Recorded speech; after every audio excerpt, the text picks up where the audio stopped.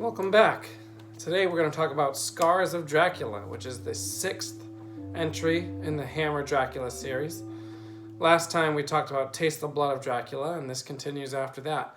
This one was directed by Roy Ward Baker, who also did The Vampire Lovers, which we talked about a long time ago, about 7 months ago.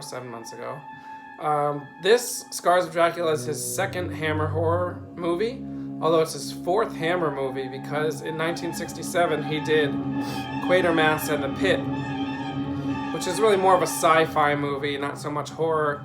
It's about an alien ship that is discovered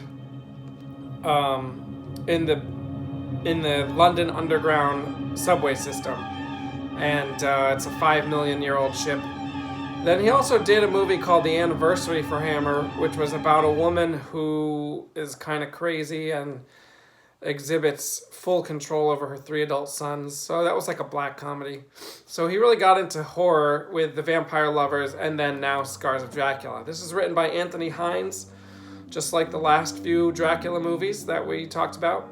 And unlike all the other Dracula movies, this one it basically doesn't pick up where the last one left off. It's almost a standalone movie.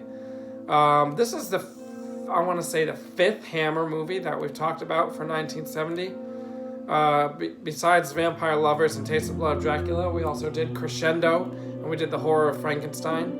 By this time, Hammer was being released by EMI, which is a British studio, and MGM.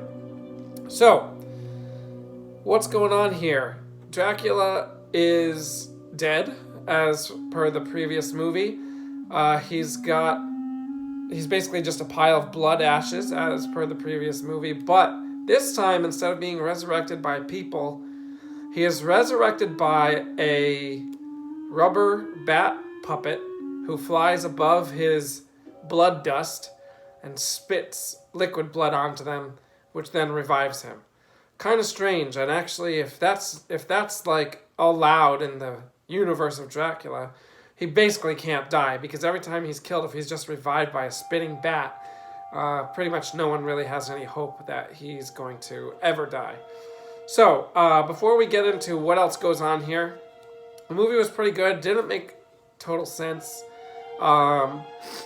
Besides Christopher Lee, who this is now his 5th time playing Dracula for Hammer series, and one of his 9 movies of 1970. He does a good job, and he does get more lines in this one than in some others. Overall, it's okay. I'd give it a 7 out of 10. So if you want to see what happens in the movie, stick with me.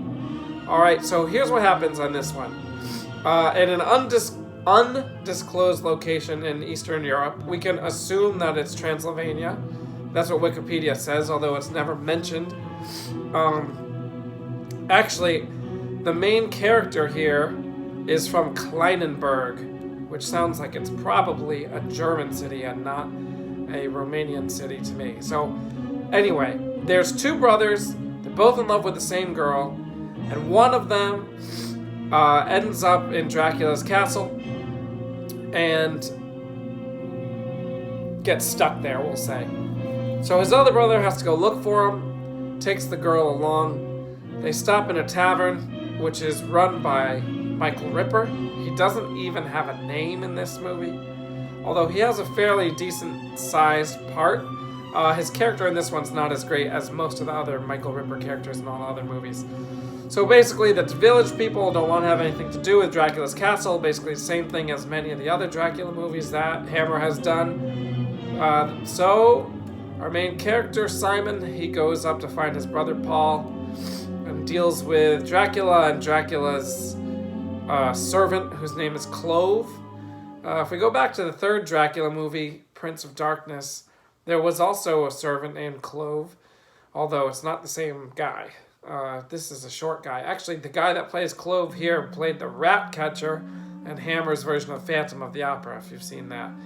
So basically, I mean, we don't have to go through everything, but Simon has to deal with Clove, he has to deal with Dracula. Dracula tries to get the girl, The girl's wearing a cross around her neck, so Dracula can't get him. Clove has a crush on the girl. It's nothing too special. It's entertaining. Christopher Lee's fun.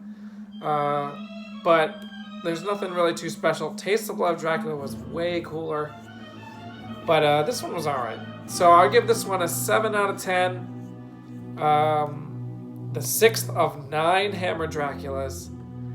And the 5th of 6 Christopher Lee horror movies that we're going to talk about this year. There's one more, which is a Spanish one. So I think I might do that one next. So stay tuned for that one. See you then.